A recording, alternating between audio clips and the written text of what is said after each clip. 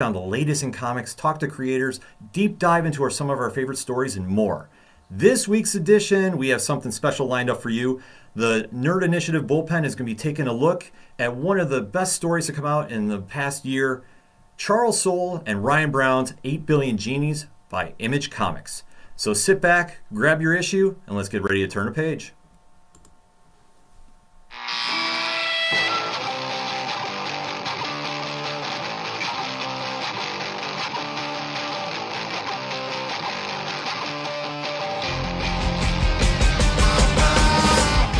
Welcome to Turn a Page, the official comic book club for Nerd Initiative. Each week, the NI Bullpen will be covering the world of comics, talking to creators, deep diving into some fantastic stories, and much more. Now let's hand it over to the team and turn a page.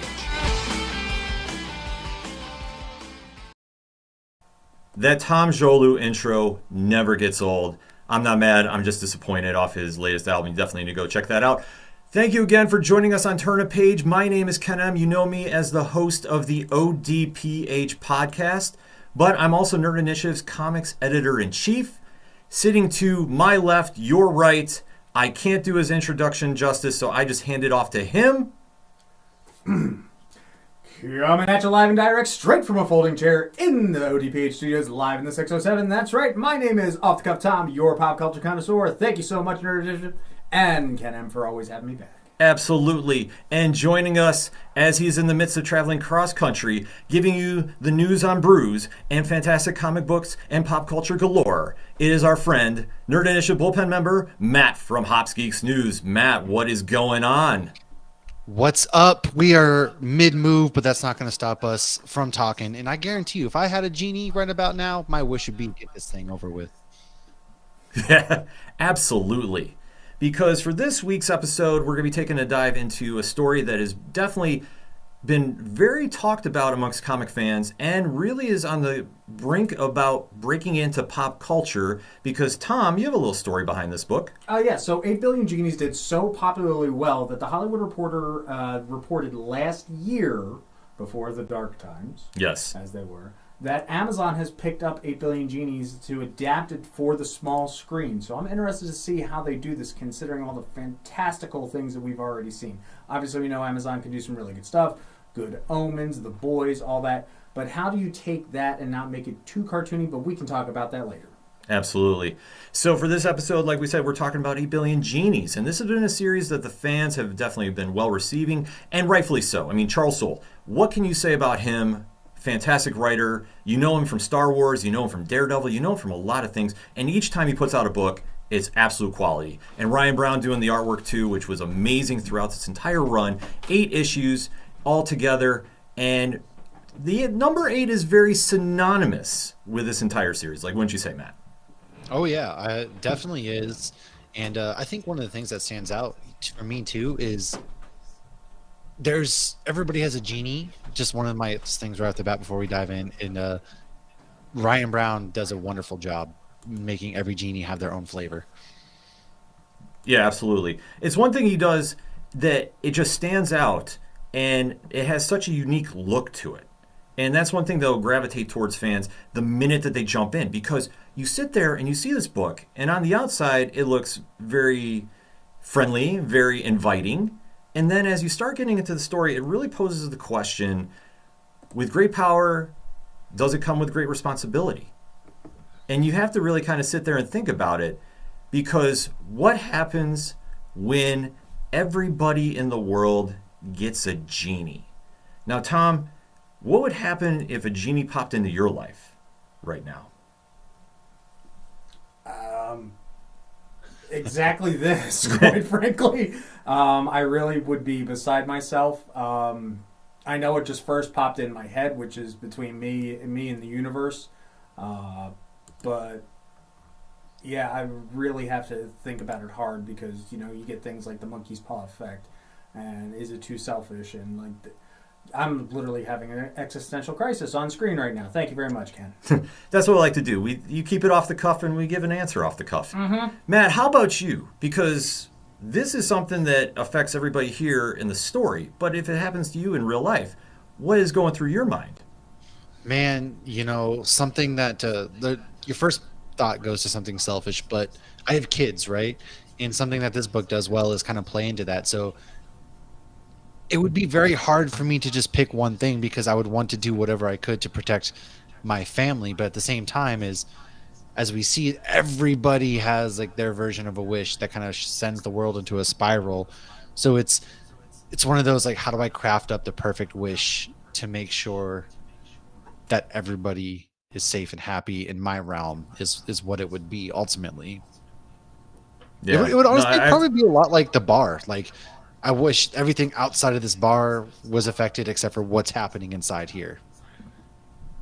Yeah, I have to agree with you because I think I'd be sitting there, and if I was in a bar, I'd be like, "What did I just get served?" Because why is a genie talking to me? Because Yeah. that is literally what happens to begin the story.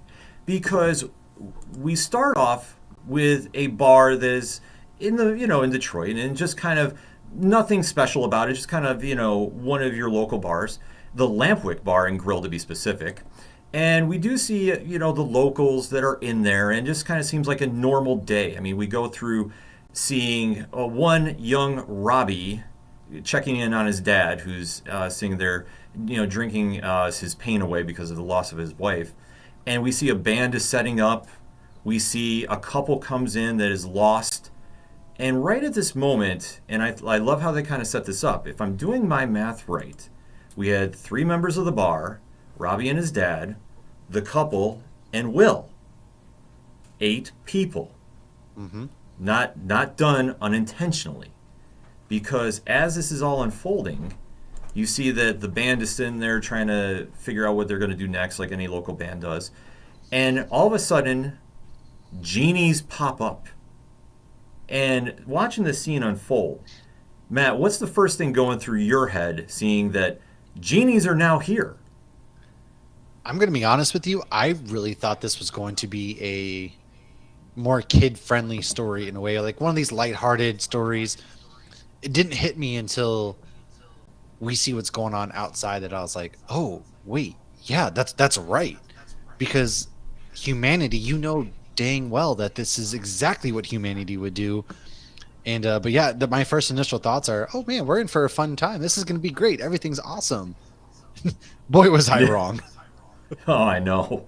Tom, what is your thoughts going through as you're seeing the bar is now all of a sudden greeted by genies? Well, first they showed up in French. Let's be honest. Oh, that's true. The first panel that we got was with the birth of a child, and then there was in France, bonjour, bonjour, bonjour, je suis un génie. So I'm thinking, okay, something's up with this kid more than anything. Agreed. Which was not in the case. It just happened to be right at that particular millisecond where the spatial divine cosmic alignment Yes. happens. But as someone who's been in a bar business for a very long time, I'm like, I need a drink. Yeah. That would be my first reaction. I would just pour one for myself. Yeah. Because the genies come there and literally tell everybody, you have one wish. And it does play into the running joke about, well, I want more wishes. They immediately handle that, which I love how Charles Soule wrote that in. That you have one wish, not more, not 3, it's 1. And how everybody there has a different idea going on. Because we know Lefang and Wang Zhang, who are the couple that's in there, is lost. But they have an expecting child. That, Wang really comes up and says, all right, my wish is I want to protect my family from everything that's going on here because this all sounds crazy. Very. You see the playfulness of the band between Daisy, Alex, and Brian, where Daisy wastes her wish trying to get Brian to fall in love with her. Well, Alex, on the other hand, is infatuated with her. Yeah. And seeing how this all blows up in his face. And then you see that Brian is sitting here just kind of like a little out of this and just kind of not affected by it. But the one thing that really I thought was very smart at the beginning is Will, the bar owner, is the first one to say, I wish, like Matt mentioned, nothing is affected inside this bar from anyone else's wishes. Because as it's explained, that you have, everyone in the world has one wish. And when you start breaking that down and really getting that concept in, I thought Will's play was smart and really set the tone for what was going to be happening here. I mean, Matt, when you saw Will's wish go, did you go, oh, did he waste it? Or, man, this is really creative? I was like, dude, that's actually pretty smart. I wasn't, later on we figure out kind of why, but at first I was like, he's a pretty smart dude. Like, I wouldn't have thought about that because, like you said, Daisy wastes her wish right off the bat, wishing for love, which that wish went to waste because the whole he was inside the bar, everything outside the bar, and so it's like, ouch. And so to me, it was just like, wow, I guess I would not have thought about that at first. It would have taken me a lot longer to think about. Yeah, Tom, how about you? For me, I think, in fact, it was the first wish that was wished, if I remember correctly. Because within first, the next page goes like the next 8 seconds of everything that happens, then the next 8 days or 8 weeks or so on and so forth, as we see it. Bless you. Excuse me. We do this live, as we see folks. this progress. So, yeah, I think he was the first wish, and within the first 8 seconds, he made probably the smartest wish out there. Mm-hmm. Oh, yeah. Which, I love how this comes back to play later, but this is such a smart move that you see everybody is trying to make a wish. And especially, too, involving Robbie, who's sitting there and understands that this is, a little much to kind of let sink in. And as he is making his wish, he wants to become a superhero, much like any young kid wants to. So I thought they really kind of played into that mindset because what is a kid going to really wish at that age? And I thought this is something that will play benefits as we go through because as we see once the door is open to look outside, that's literally all you could say because literally all hell has broken loose. And then the countdown is officially on. Because as you can see by the graphic, in the first 8 hours of what is now known as G-Day, the human population is at 7 billion, and the genie population is at 6.5 billion. And when you kind of put this into context, we know where we started, but you see that people are already dying from this. And I don't know if anybody else picked up on this, but considering the time frame this is happening, you can see the mismanagement of these wishes. And especially when you see outside and you're seeing people are making themselves 50 feet tall and, into the stratosphere, which I love how they kind of played that one character because once they get so big in the space, they can't breathe. Mm-hmm. And the genies, to their credit, and Matt, I'm curious about your opinion about this, they let everybody, for the most part, have their wish, unless they thought it was something that didn't make sense. But they were not somebody that jumped in to say no. They're not somebody that's jumped in and said automatically yes. How did you think about their personas as they were going through this? I mean, I kind of already touched on it earlier, right? Everybody has a genie. There's 8 billion genies, but they do a really good job of giving everybody kind of this own personality. And I thought one of the really clever ways is these genies were very careful not to do anything not like straight end of the world. Like that would have ended the world right then, but also like that wouldn't have fixed everything. And they're pretty literal too at the same time. So they do have some parameters around what they can do. And I thought that was a really clever way because it kind of gives you rules, right? Everybody kind of likes rules. Okay. Because your first thought when you get a genie is, all right, what are my rules? What can I play within? And they do a really good job of that. And I didn't realize that this was very quickly going to become an apocalypse for the entire world. Yeah.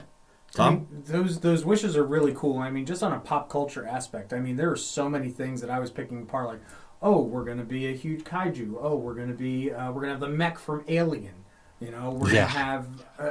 there's so many little things, and it was so well done. Like, honestly, some of these references were borderline copyright. Like, I'm just saying. Just putting it out there. There's a lot of good detail and Easter eggs, man. If you really take a time to just look at the art and what scenes are being played out, you're right. Like, there was little Godzillas in Tokyo that Robbie at one point goes to fight, and I was like, are we allowed to do this? Dude, there were even the little tiny... So going in the backstory of one of the, villains or characters, antagonists that we'll see down the road, he was playing with, in 1986, the battle bots, which are like the 4th generation of Transformers, which I could probably do a whole thing on, but that's a whole different thing. But I mean, just like a deep dig like that, like if you know Transformers, you know the Transformers. But even if you don't know Transformers, like, oh, I had those as a kid because they were so cheap. My mom bought them off the shelf. Yeah. Yeah. But I love how they kind of just dance around pop culture. I mean, you kind of saw this a little bit with like Ready Player One. I think that's kind of a great comparison in that. I just watched that too. Really? we should do a dive on that at some point. I think it'd be great. Because it kind of ties into this because you see a lot of people are trying to emulate what they see in pop culture. And especially one aspect as well that came in a little later, but it definitely made a lot of sense, is we do see this scene where Ernest Hemingway, Dorothy Parker, and Jim Morrison come into My the bar. dad has a massive Jim Morrison tattoo on his back, so this would have been like right up his alley. And oddly enough, I have a funny anecdote too. When we went to school, when my culinary school went to France, I can't tell you how many people would take and make the day trip just out to go see Jim Morrison's grave, even though he wasn't there. Yeah. For anybody that's not familiar, Jim Morrison, lead singer of The Doors, one of the most iconic figures in rock and roll music, pop culture even. So to see him now in the bar, and Will the entire time is not fazed by anything, and is probably the most, I want to say level-headed of everybody, even though he does have a doomsday bunker in the bottom of the bar. Reasons. He's been stalking. Yeah, like he almost knew too much about this. But as you see when the historical figures come into the bar, that he's not fazed when Ernest Hemingway is mouthing off to him because he doesn't feel like paying his tab. And he said, I can write my name on this napkin and I could buy this bar, to put it mildly. And just kind of seeing the interactions here, I thought Charles Soule did such a great job about playing into the mythos of those individuals because they're such, pop culture figures. And really seeing how they interact with somebody that's, just a low level, in comparison, nobody. I mean, Matt, when you're seeing this comparison play out and the interactions here on screen, like what is going through your head? At first, I didn't even. Sorry, my kids were trying to pop in and give their thoughts apparently. But at first, it didn't even register that that's who it was when he opens the door. I was like, oh, okay, just some randos. And then I was like, this guy kind of does look like Jim Morrison. And they kind of talked to it. And then I was like, that makes a lot of sense because people that this idolize celebrities. Like, look at celebrity culture today, right? You just know that. Why wouldn't somebody's wish immediately would be like, I wish, God, I don't know, John F. Kennedy was back alive or something like that. Something stupid just to be like, I want to know who killed him. Ho ho. So it made a lot of sense in this universe again. Mm-hmm. And I mean, Tom, like seeing this all play out, what's going through your mind? For me, just the fact of one, Jim Morrison, and two, you've got some young musicians who've probably idolized him. As someone who's played music in the past, I was like, okay, this is happening. We're gonna go with it. Sure, not a problem. Hemingway, he's at a bar. Not surprised. Like it was just, I just want to understand what the heck is going on and get to the next page. Mm-hmm. And especially too, like I say, it's a little fun moment because we do shift a little bit into more serious moments when this plays out. Like I say, one of which jumped in when Wong leaves the bar because he wants to go investigate the world and see about getting his wife and his now unborn child into a safer spot because they don't want to stay at the bar forever. But when he leaves, this dives into a little backstory going on that he is not exactly the most innocent of people. No, very not as upstanding as you would think he is, especially for the fact that he's not. He wants to go to the bar, to another bar, which has a very similar name. I originally started reading it like, oh, maybe this is where his mom met his dad, and he's making the trip, an homage to them, or so on and so forth. And then we find out that the reason he needs to get this bar is because dude's being blackmailed. Yeah. Yeah. And you see him now in like this almost Snyder Batman-esque suit, and he's fighting off. Kind of more like Zorn. Yes. Very good analogy. Yes, I saw a lot of Zorn and Iron Man and just an amalgam of all of that. Mm-hmm. Because as he's fighting his way through, he does get attacked by somebody who wants to be a vampire and does the heroic thing because he defeats him, but let alone breaks his fangs. And not even cool vampire, not like Blade vampire or Buffy vampire. We're just talking, I'm a guy on my couch and with blood. Yeah. So as you see him go on his journey, he does meet up with Barney, who's blackmailing him. And then you see that Barney hasn't used his wish yet. And then in this moment, a decision is made to prevent that wish, and you see Wong kill him. To put it mildly, like the one thing I will say about this series is they did not hold back about when they needed to establish being graphic for the sense of purpose. They needed to go in and they really needed to set the tone.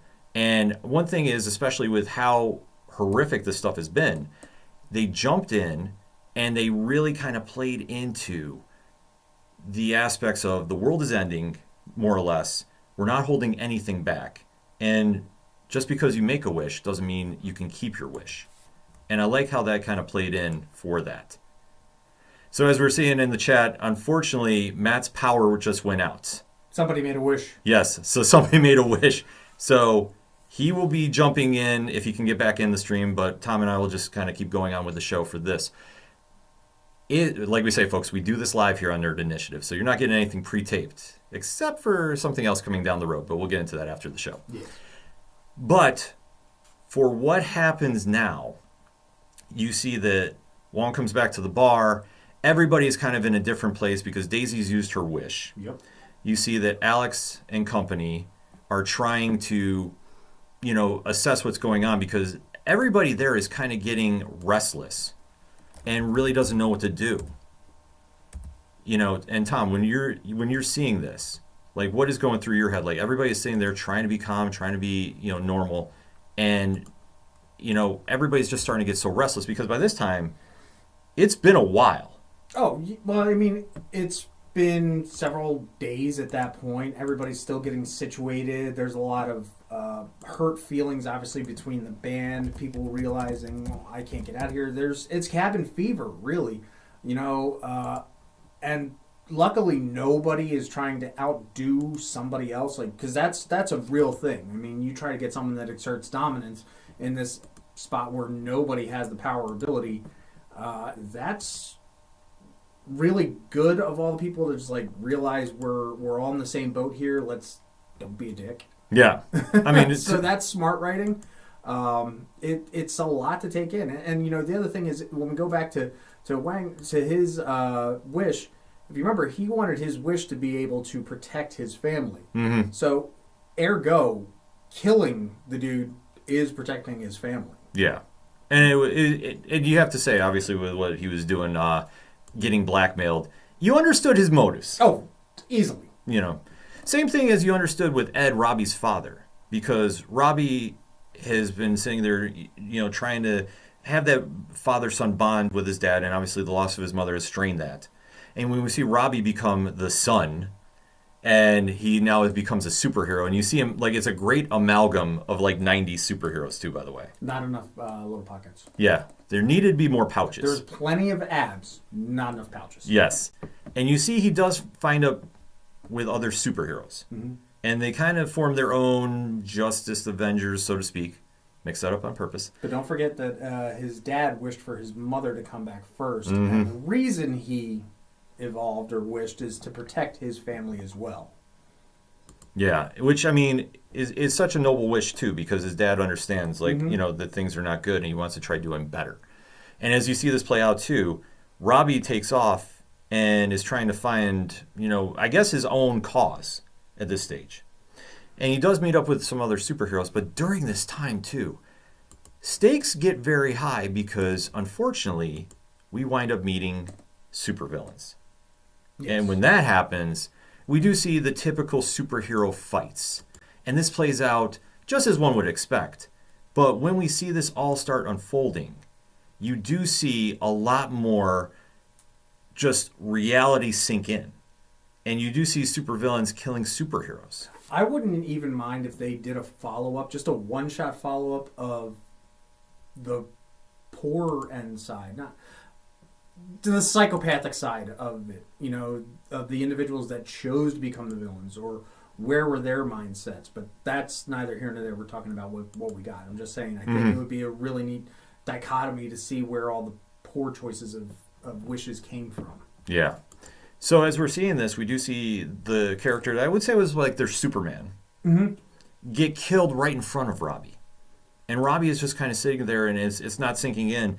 And he's getting the final goodbyes, as you see from the dying superhero. And Robbie goes, "What am I supposed to do? I'm only 12." But he was only 11. Yeah. And then you see that their Superman was only 11. Tom, what's going through your mind as you're seeing this unfold? Oh, total heartbreak. Like, total gut punch. Like, the writing and is so good, and the art is so well done.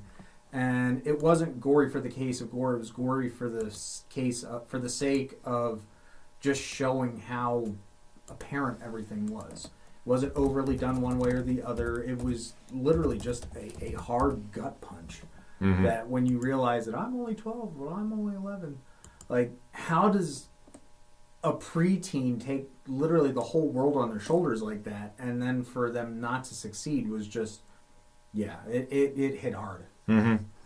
And as you see, the world is still moving, and it's moving very fast too, because more and more you're seeing the genie population is dwindling out, but so is the human population. And you're seeing and I love how like the artwork on the screen too describes that, because everybody thinks like, oh, it's so fun, it's all this, it's great, and then sure enough you kind of see this all play out, and it's like not everything is all right here, because you see there's a whole piece of the world missing.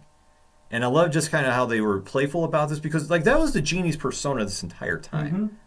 And then when you see this all kind of transpire, I mean, it kind of sinks in that, yeah, this is all fun and games, but it's reality too. Yep. And what perception is in the stake. And I thought how they really kind of set this up as they're progressing forward, because everybody is aging. You are seeing that, yeah, there were a couple immortality wishes that played out here. But in hindsight and comparison, everybody is, moving on, and when they die, their wishes go away, which I thought was a very cool point to throw in the story too. Because when we do see that whoever wished for Jim Morrison to come back, they had a heart attack, there's only a window of time left while they're still there. Right. And I thought that it was very smart by Soule to put in, because we sit here and we kind of just question, what is the reality going to be this moving forward? Because outside of the bar, the world is still moving, but it's almost a blend of timelines. Not to go completely multiverse here, but yeah, you see everything just kind of forged together. And you're seeing just so many people collide that it's almost like whose will is stronger. Like, that's the vibe I got from this. I don't know about you. Well, whose will is stronger is one thing, but you have to give credit to the genies themselves, because, just as the American government wanted to be the #1 country in the world, mm-hmm. at the same time, so many other countries did it, and they all canceled each other out. So the genies did have, plans just in case and provisos that would help them in this type of situation, that there wasn't any one dominant person, one dominant threat. So things did cancel each other out, which I think was really smart. Like, they don't follow the obvious Disney genie rules. If I can't bring back somebody from the dead, I can't make somebody love me, because we've seen that. Mm-hmm. But the fact of that everything does have a check and a balance is a good thing, in my opinion, because your wishes can only go so far. And they're like, hold on a second. That's a little too much, buddy. Let's reel it back. And we're going to take it up to this line, but not over that line. Mm-hmm. Because as you're seeing, as everybody's getting older, you are seeing those wishes are not so much reality. Right. And this even plays into arguably the biggest bad guy of the book, Floyd. Would you say? Yes, man. I mean, to think about what he does... And his wish was he wanted people to believe him. He was always a loser growing up in his own mind, never had a lot of friends. And then when he gets this ability, he slowly becomes the architect behind the wishes. Yo, and why the hell did they have to make him, like, from my home neck of the woods? I'm just saying. Like, seriously, that's just... Thanks. Yeah, it's a conspiracy theory. I'm telling you, man. You know what they say. Well, you know what? They probably are, because there's a lot of people in the chat doing this. And, that's the coolest thing that they do play into, because for every great superhero story, you have to have a supervillain. And Floyd is there, because that's who Robbie winds up meeting mm-hmm. at one point, because he has Fun City. And he has, almost like, he plays like the Lex Luthor type, but he's not as suave. So he actually has Hollow Haven up on the moon. Fun City is for the band. That's right. With the Haven, Robbie wanted to get his parents up to it, but however, that the idea man or the idea guy. Idea guy. The idea guy. He's so influential that he is stealing people's wishes and using them. Like, yeah, you want to stay here? Wish, give me your wish, or however that had. And there really wasn't any say on how wishes were transferable, which I kind of find a little odd. I would have liked maybe a page of that. I didn't see it in there. Did I miss it? No, that was one thing I was going to bring up later about the things I we didn't like, or per se like missteps. Yeah. That's what we'll call that.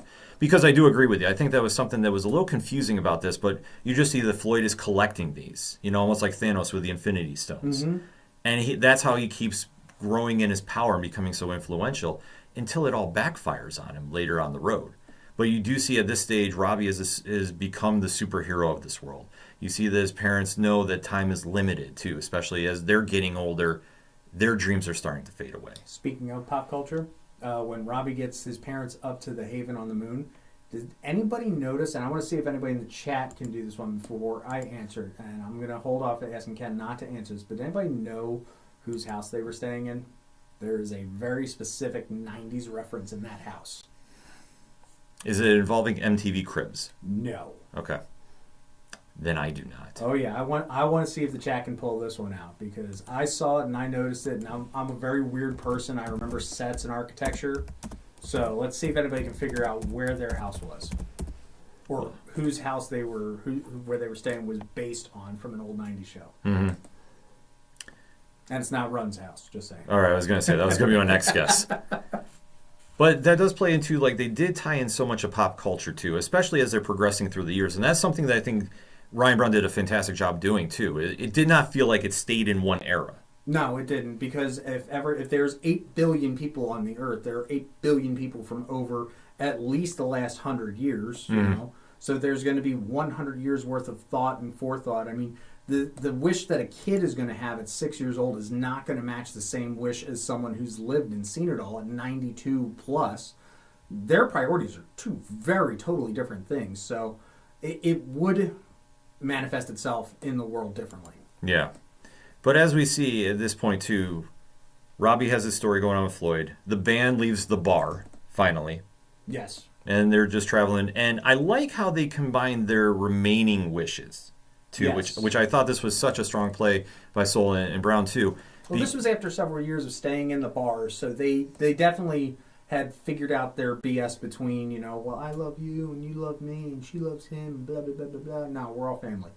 And they figured out, okay, we're going to do this together. And because of the BS at Fun City doing the audition, that's when they were smart enough and made themselves combine their wishes that it had to be voted on together. Kind of like, if anybody knows Ben 10, it would be like Alien X, where it was a triumvirate that had to vote to make one single movement even. Mm-hmm. So it was really smart, and the long-term effects of it were just like, okay, didn't see that coming. No, I thought it was a great play, too, because you see the genies merge, the remaining ones, because Alex and Brian never used their wish. So when that happens, and then especially the rule that was made by Brian, is we all have to agree on the wish. I thought that was brilliant. Mm-hmm. Because you had everybody just going through this mindset of everybody had to be special about this, and Brian was sitting back and just watching how the world had become at this point. Yep. Because we had seen everything from sea creatures at this point, from people that just want to be at the sea, and then you wanted to see the Charosaurus. Yep, Charosaurus. You've seen people turn into Medusas. You've seen holes literally in the earth. I mean, the range... The moon turned into some sort of effed up man-in-the-moon lizard monster, whatever that was. Yeah, that was more like Ego from Guardians of the Galaxy. Like, that's how... I should say from the Marvel Comics universe. Yes. More so than the Guardians of the Galaxy Volume 2, which is on Disney+. But anyway, I digress. You see this all kind of combined, and I love how the imagination ran wild, because you really have to tie it back to the overall theme of this. Mm-hmm. If you gave everybody in the world a wish, what would it be? And to see how many different ideas come to be. I mean, this is just so creative by Soule and Brown to just illustrate it. Like, literally, I'm sure when they were creating this book, they kind of had to go, okay, what can we do now? And where can we go with this? Because you just see so many different ranges of serious and world-changing events to selfish goals and wants, and how they all just kind of mesh together. it's such a brilliant read and just so creative how they do this. And even, like I say, you do see them play into the fact that, yeah, we do have a bad guy overall who Floyd, and he's manipulating everybody here. But they do tie it back to the family aspect, too, with the Zong family and what they're doing with their newborn child and how they're bestowing the wishes onto her and really kind of establishing that to, Robbie's family, too, especially with his mom back. And she knows that she's technically on borrowed time, even though they kind of stayed away from that topic. But I like how they played into that. So doing such, like I say, this series covered so much that when you start fast forwarding, and they do time jumps here, but very brilliantly, 8 seconds, 8 hours, 8 days, 8, 8, 8, 8, and keep going through time. They're really establishing about just how the world is just falling apart, especially when you have so many of the people that are dying off because their wishes are not what they want to see. Mm-hmm. And how they play back into Floyd, I mean, and especially his house, which I think we've given enough time to. Yeah, it was based on Family Matters. Really? Yep. That was the Winslow's house. That was their living room. That's brilliant. That's absolutely brilliant. I did not realize that. But there's, like I say, there's so many pop culture references that they kind of, camouflage throughout the entire story. And not only did they hide stuff in, but as you said, the severity of everything that's going on.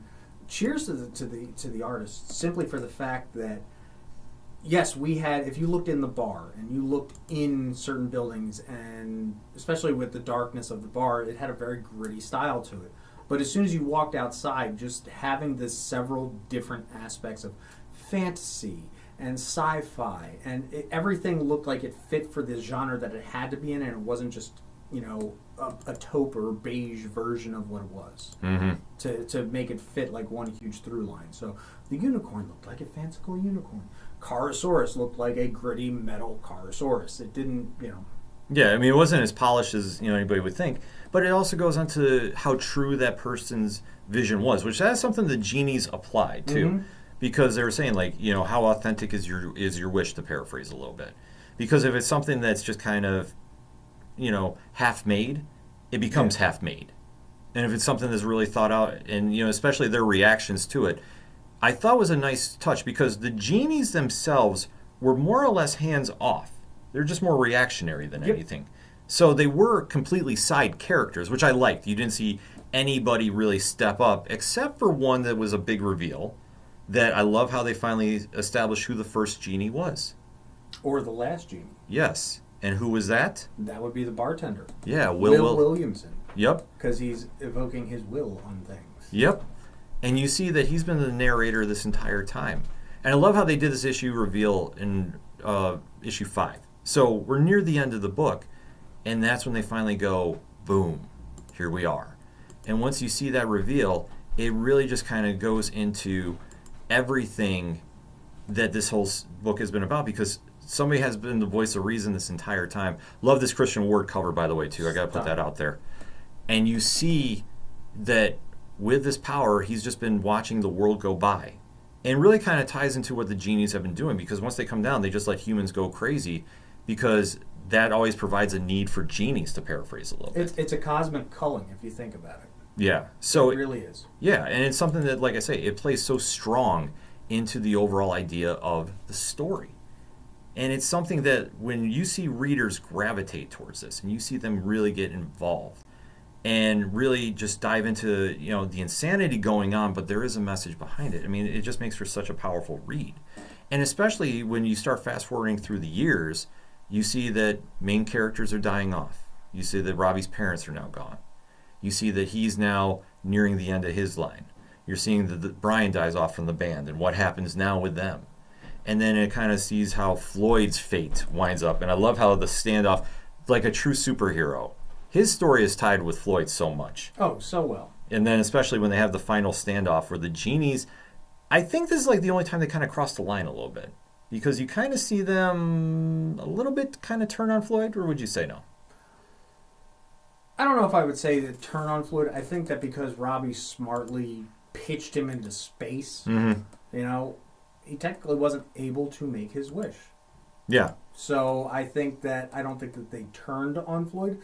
I think that what the genies did was follow the letter of their own rules. Mm-hmm. You know, if you can't make a wish, you can't make a wish. Just like with the little kids, of which that has a whole impact as well.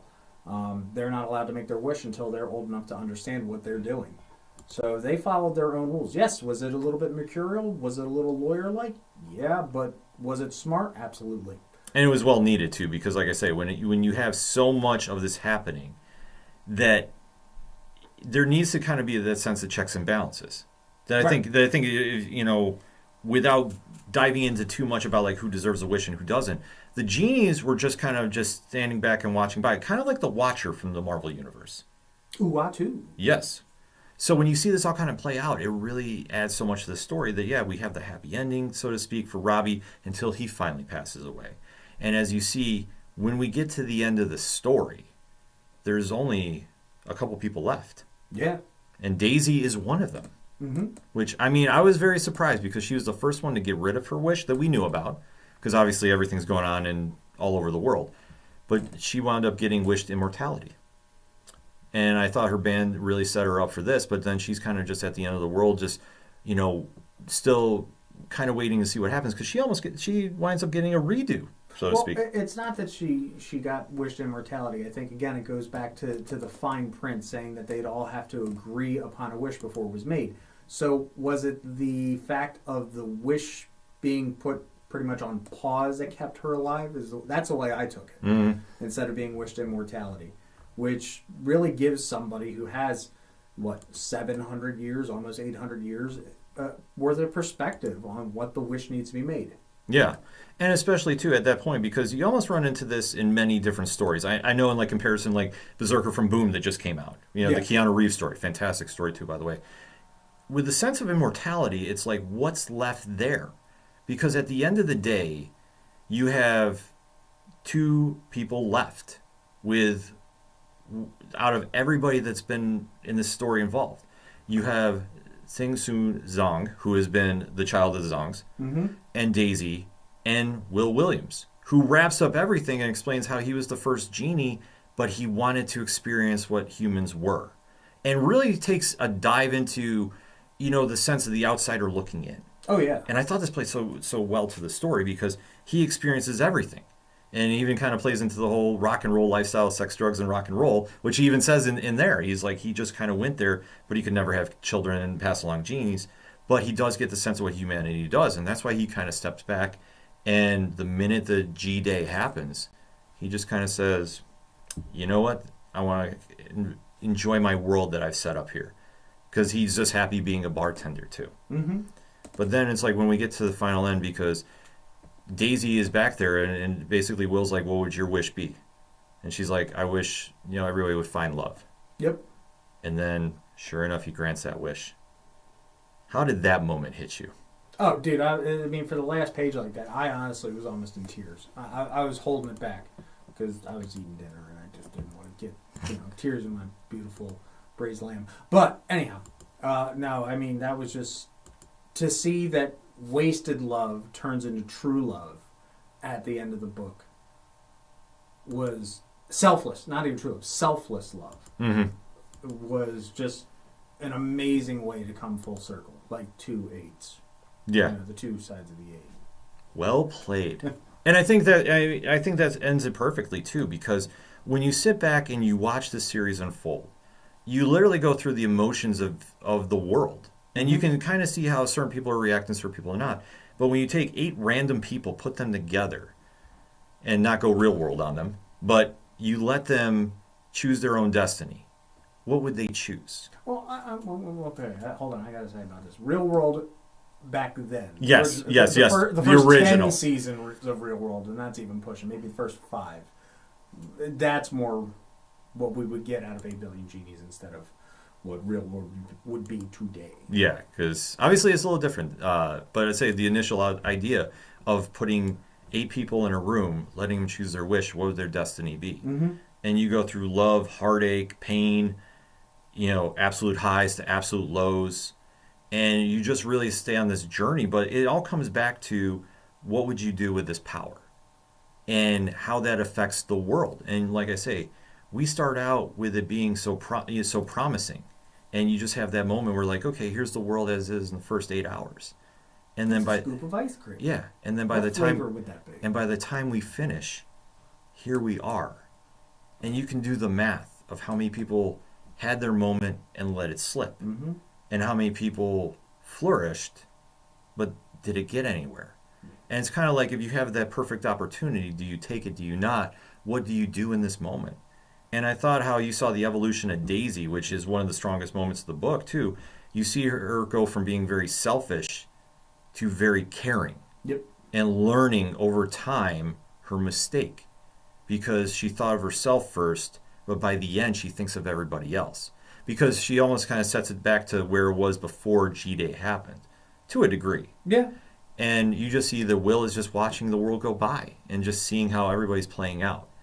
I think it just ties into just how strong the writing is here. The artwork is very, very good, and especially depicting the genies in such a manner too. Like I say, Ryan Browne's art absolutely crushes it here. And I think that's what Matt was getting at earlier. The fact that the initial first cover is very deceiving. Oh, it's 8 billion genies, and it's got this cute little, derpy looking genie on there. And then all of a sudden it's, you're thinking of them coming out and like, hi, I'm a genie.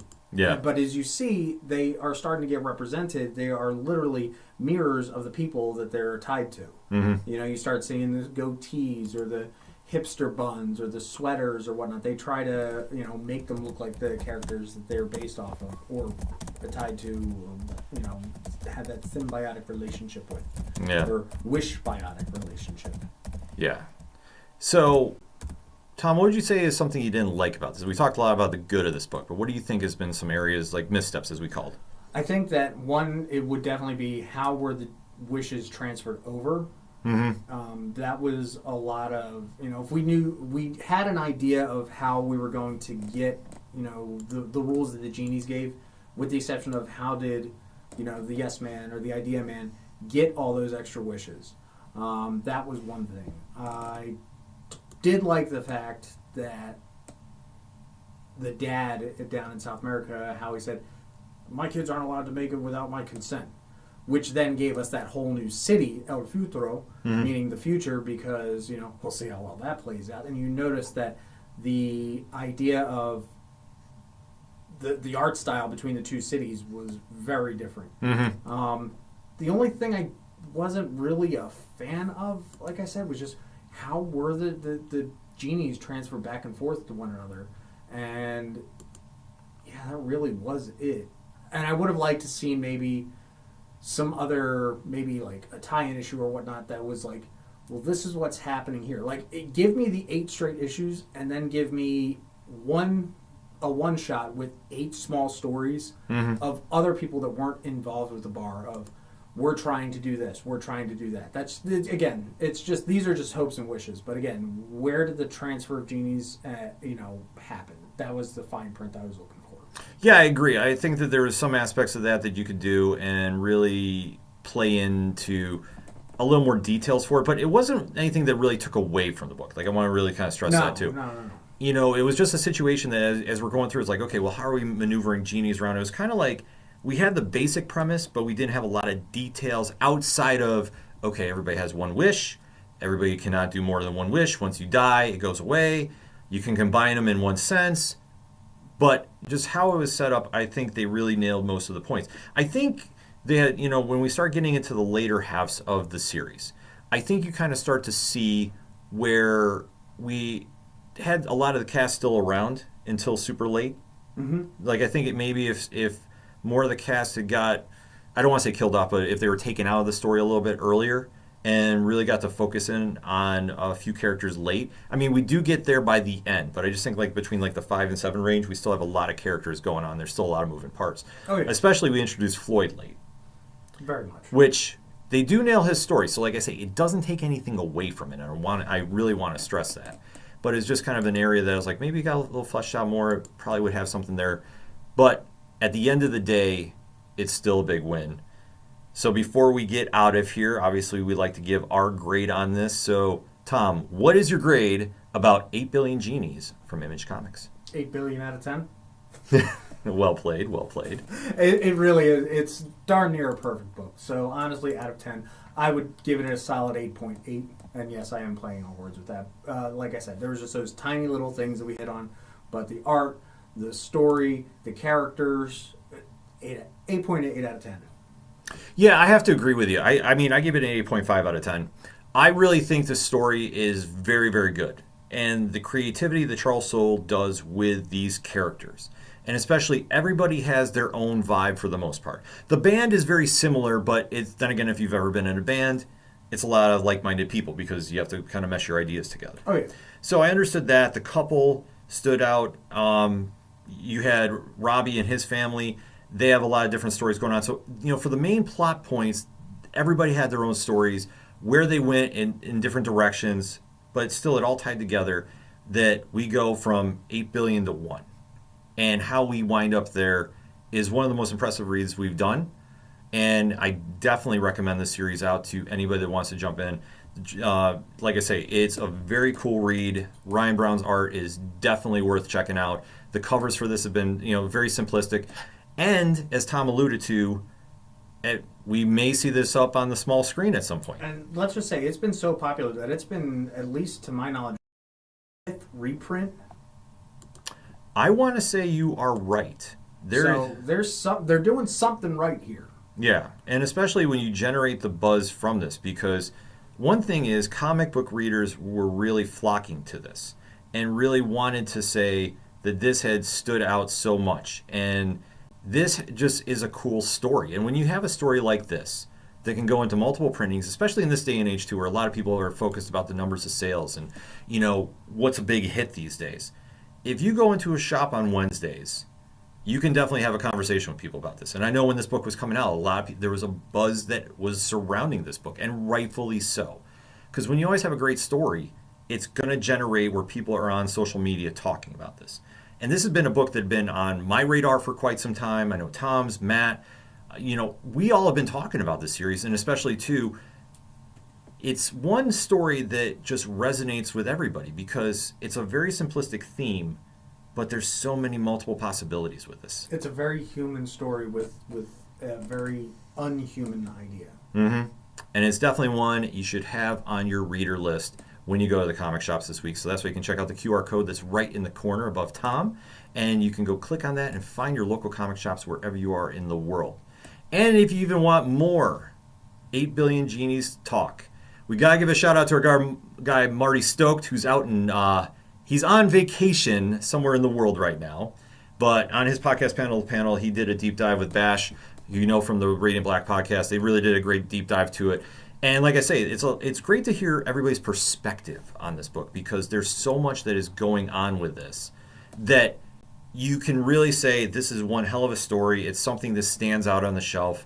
And after you read it, you got a lot to think about. And I think that's always a true testament of a great story. Oh, yeah, Marty did such a great job. We wish you go over and watch that, too. Yes, absolutely. So definitely make sure to go check out Panel to Panel. And you'll be seeing him with the rest of the bullpen this week, dropping some reviews for New Comic Book Day. But before we get out of here, Tom, yes. Tomorrow as we record, yes, it's New Comic Book Day. What are you looking forward to checking out? Batman. So anybody's got some extra dough. All right, we know we're used to selling our, grabbing our comics for less than $10. But if anybody really, really, really wants to, Batman One Bad Day complete box set is coming out. Ooh. Yeah, so just think about it. And I know that in there's going to be a variant, Killing Joke cover variant. So I would definitely recommend go grab that because all it takes is just one bad day. Yeah, I have to say that whole series has been absolutely fantastic.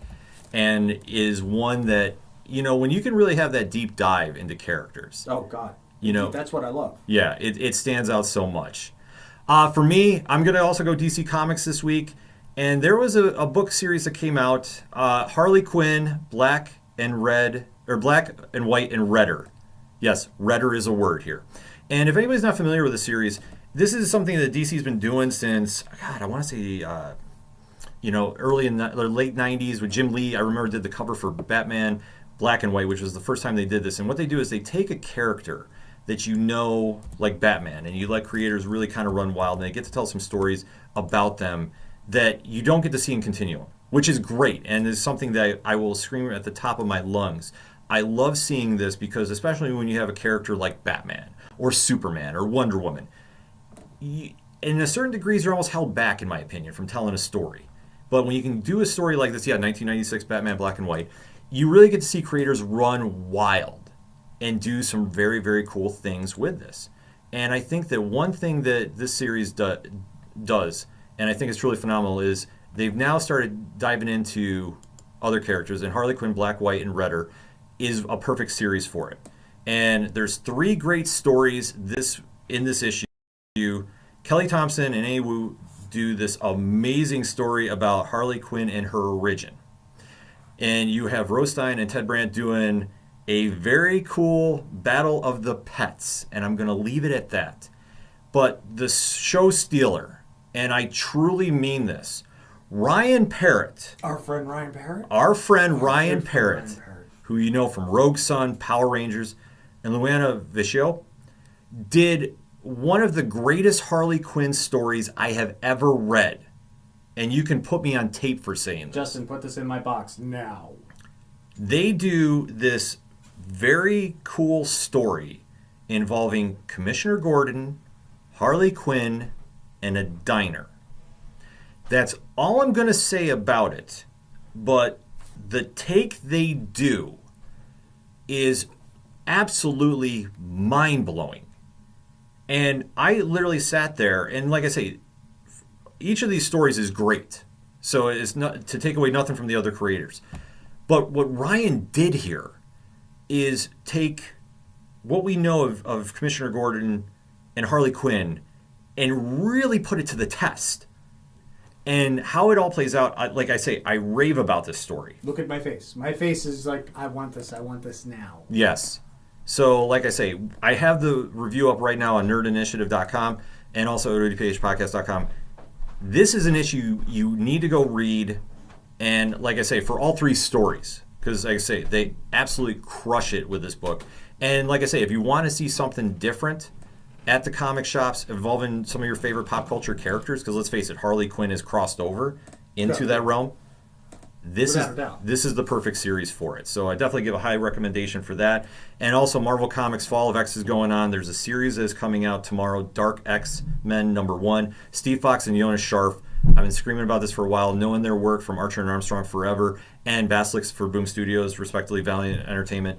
I cannot wait to see those 2 come together and do something crazy in the X universe. Because like I say, the Fall of X has been really fun to watch, and it's been something that I can't stress enough. If you haven't checked out the X-Men line lately, you definitely want to go make sure you keep some eyes on that. So Tom, before we get out of here, why don't you let the fine folks know where they can find you and everything you're doing? Well, I think that there's going to be a thing that pops up right down there. You can catch me on all the social medias at Off the Cuff Tom. There's a link to all my link tree and shows you everything I've done between video games, reviews, music, podcasts I've been on. I really am just, touching all the multis of the facets of the multiverse. So you can check me out on there. Absolutely. For Matt, who unfortunately had to go out, and Matt, stay safe. We've been messaging back and forth about what's going on. Seriously, if you're not following Hops Geeks News on your favorite social media platforms and podcast form, you need to go to their YouTube page. They're absolutely crushing it right now, so you can go scan that QR code right there on the screen. Find out everything going on with Matt and Lauren, because I tell you what, they put on some great content each and every time out. And for yours truly, you can find out me and Padawan Jay and the rest of the team at the ODPH, odphpodcast.com, but you scan that QR code and it's right there for you. But since you like to scan QR codes, and I hope you do, we have a way that is still going on from our first episode. So you scan the code for Turn a Page, and you can get entered into the giveaway for the Secret Invasion bundle, because we have the combined Secret Invasion run by Bendis and Francis Yu. And what about that variant cover? And the variant cover from Gabriel Delato. That is a 1 in 100 variant. It's a very, very worthwhile code to pick up. So like I just say, you got to go to nerdinitiative.com, sign up on the newsletter, let them know that you're entering in here for the QR code, and also scan there, and you get signed up and you get entered to win. And we will be announcing that at the end of the month. Which is coming up. Because we have a lot of things in store at nerdinitiative.com. And for next week's episode, We may be live, we may not be live. So we're going to kind of tease it like this. We're going to groom you back. Yes. Just keep coming back. We have something very, very massive that we may do next week, we may not do next week. So you'll just have to make sure you drop that follow for nerdinitiative.com on YouTube and follow on the YouTube page. Follow us on our socials. We will let you know what we're going to be talking about next week. But until that time, Tom, thank you for coming on the show yet again. Always a pleasure. My name is Ken M. And remember, when you're at the comic shop and you have a great issue in your hand and you see somebody looking for something to read, pass it on to them and tell them to turn a page.